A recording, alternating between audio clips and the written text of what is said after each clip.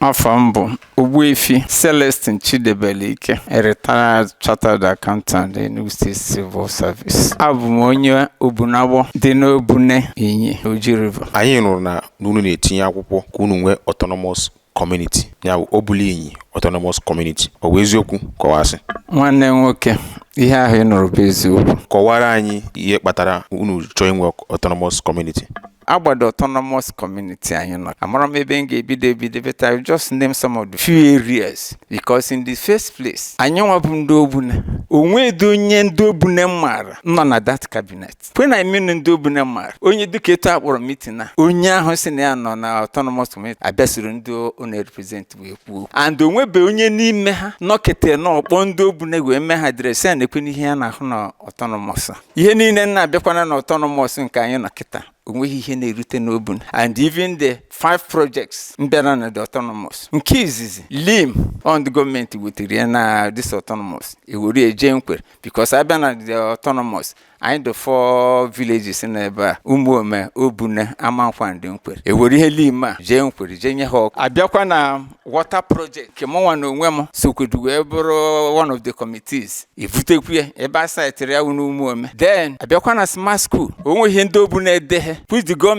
government gazette keta onye gụọ onye ọhụ na ihe niile na teachers epost n'Obune ka ọ dị. Mana oge anyị jegidere ije ewe hụrụ ihe a ndị gọọmenti mapụ n'Obune ewere ewega Amankwa hospital abịakwa na akwadisi Amankwa again. Onye nnegodo ebe Obune ebe a na-akpọ Obune na ebe a na-akpọ ndị ọzọ niile nọ na-agbada autonomous community onweghị nke ndị matara ibi. And na ebe a niile ihe ndị a niile dị especially dịka gbasara ọ nwatakịrị nkachi na-arafụ na eshika agaba akwụkwọ na ọ bụrụ Nkwere ọ bụrụ Enugu ọ bụrụ Umuome ọ bụrụ Amankwa ịhụ n'ọdụ. Onye ọbụla chekene ihe gbasara sekuriti nwatakịrị dị ụta ka ndị na-evuga ka ndị na-akpọta mma ekwu biko na ọkwa na ihe dị otu a doro Obune nso ọ na-aka abara anyị uru abarisiri anyị ike emegodi ihe ọzọ anyị ekwubedo okwu anyị na-ekwu mgbe niile anyị mụ ihe dị na Naịjirịa kịta mana ọ bụrụ na gụ na ihe gị nọ onye mbagogodo ebe ọhụrụ na ịnọ naghachikwa azụ security wee buziere one vital issue mmasị na onye akacha na ndụ mmadụ. And I'm very very sure ọha na grant anyị ihe at least anyị amazie ka anyị si wee kokode aka wee mezibenite ihe ọhụrụ. So anyị na-ayọ nka nwekwenu chekwube na unu na nnukwu akwa anyị na-ebe. Afam bụ Adrian Ilo. Abụ m onye Umunopu Obune Agbada Inyi nke dị n'Oji River. Mụnwa bụ sekretary general ndị Umunopu. A sị na ọ ihe dị nkụta mma ka ọ na-egbu n'ọdụ. Ihe ọ na-ekwu ihe Obune niile jikọrọ aka ọnụ wee kwuo